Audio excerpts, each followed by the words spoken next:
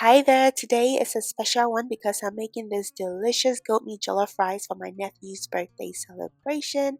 This recipe is packed with flavor and comes together with tender goat meat, rich jollof rice, fresh Ghana salad, and sweet fried plantains.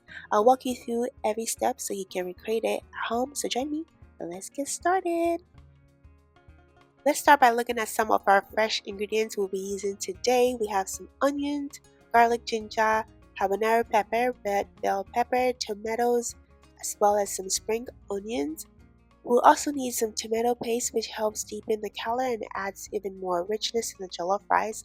Together, these ingredients create a rich, flavorful base that's key to making delicious jollof rice. So next, we'll get our ingredients ready for the protein. I'm starting by chopping up some onions and garlic to steam the goat meat.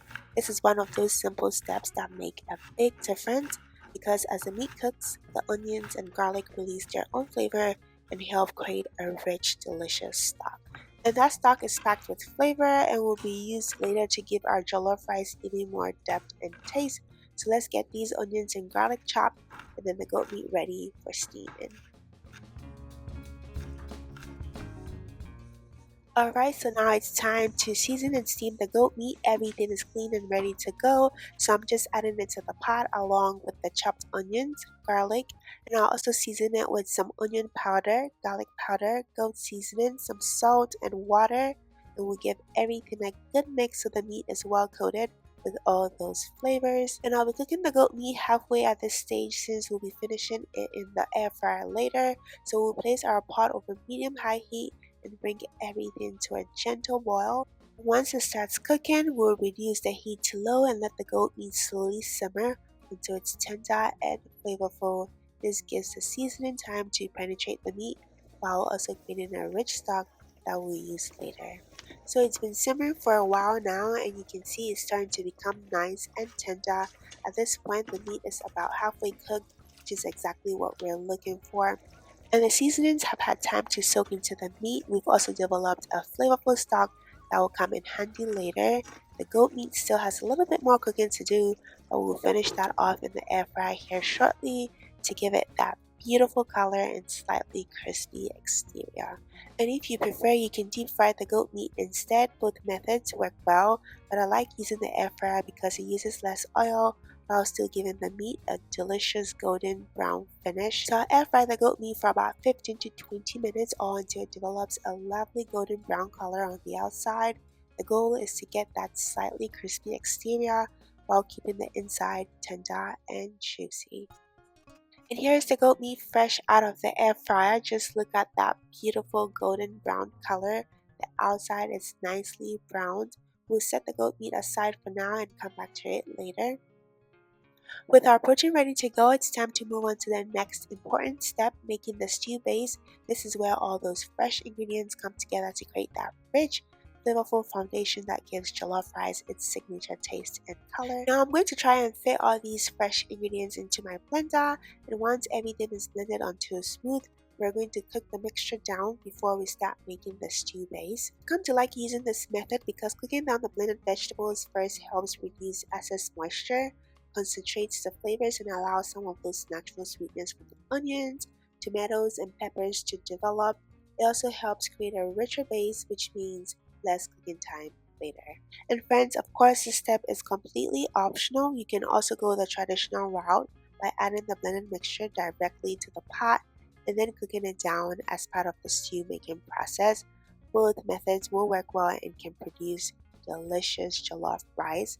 This is simply the approach I prefer because it helps build flavor early on and gives me more control over the consistency of the stew base. And don't worry if you missed any of the ingredients, I have everything listed in the video description below. I'm not following strict measurements, I'm simply using amounts that work for me, so feel free to adjust them based on your preference and the quantity of jollof rice you are making.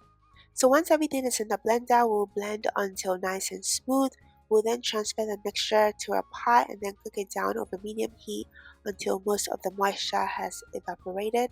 And be sure to check on it from time to time and give it a quick stir to prevent it from sticking to the bottom of the pot. As the mixture cooks down, the flavors become more concentrated and the base develops a richer taste, which will help create a flavorful jollof rice.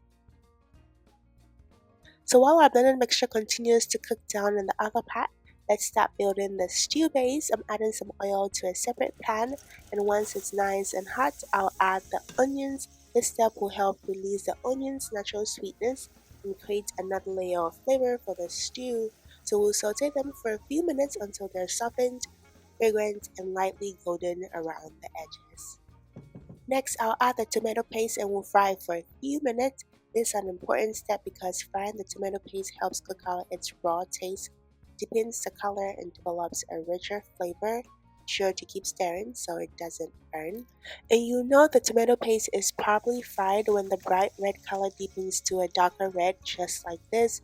The oil begins to separate slightly around the edges, and then you also notice the raw sharp tomato smell is replaced by a richer, sweeter aroma. So once you reach that stage, we're ready for the next step. And here's our cooked down vegetable mixture. As you can see, a lot of the excess moisture has evaporated and the mixture has reduced considerably in volume.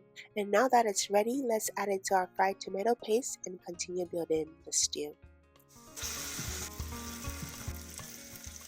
And now it's time to add the stock we made earlier from steaming the goat meat. The stock is packed with flavor from the meat, onions, garlic, and the seasonings, so there's no reason to let all that goodness go to waste. Go ahead and pour it into the stew, then give everything a good stir to combine.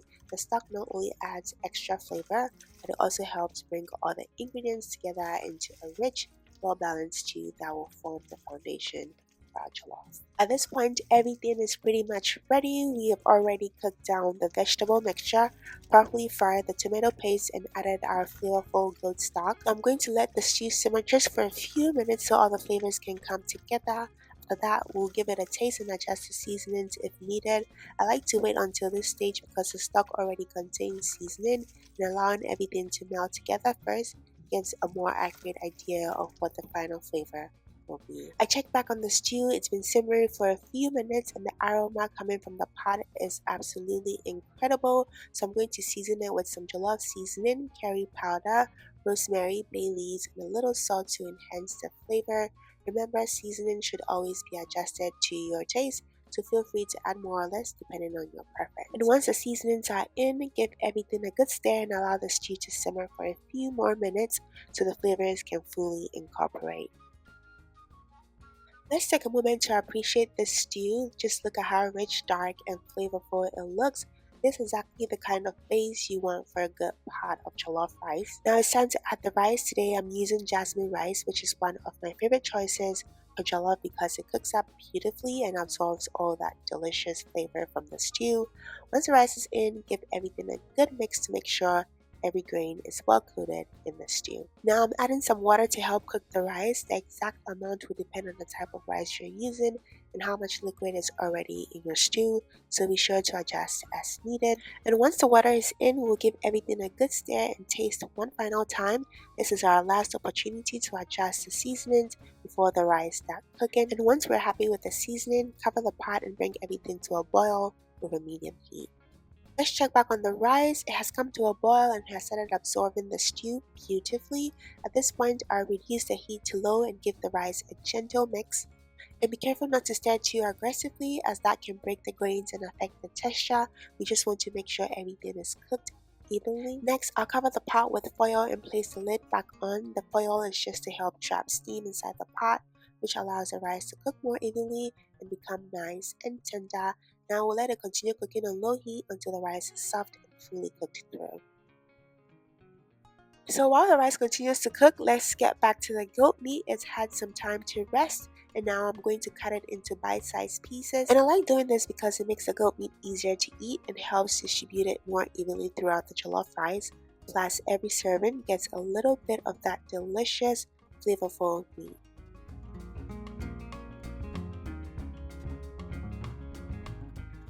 Next, I'm going to prepare a quick vegetable and goat meat mixture to add to the jollof rice later. So into a pan, I'm adding some oil, and once it's hot, I'll add in my sliced onions and we're going to saute it until it's softened and fragrant.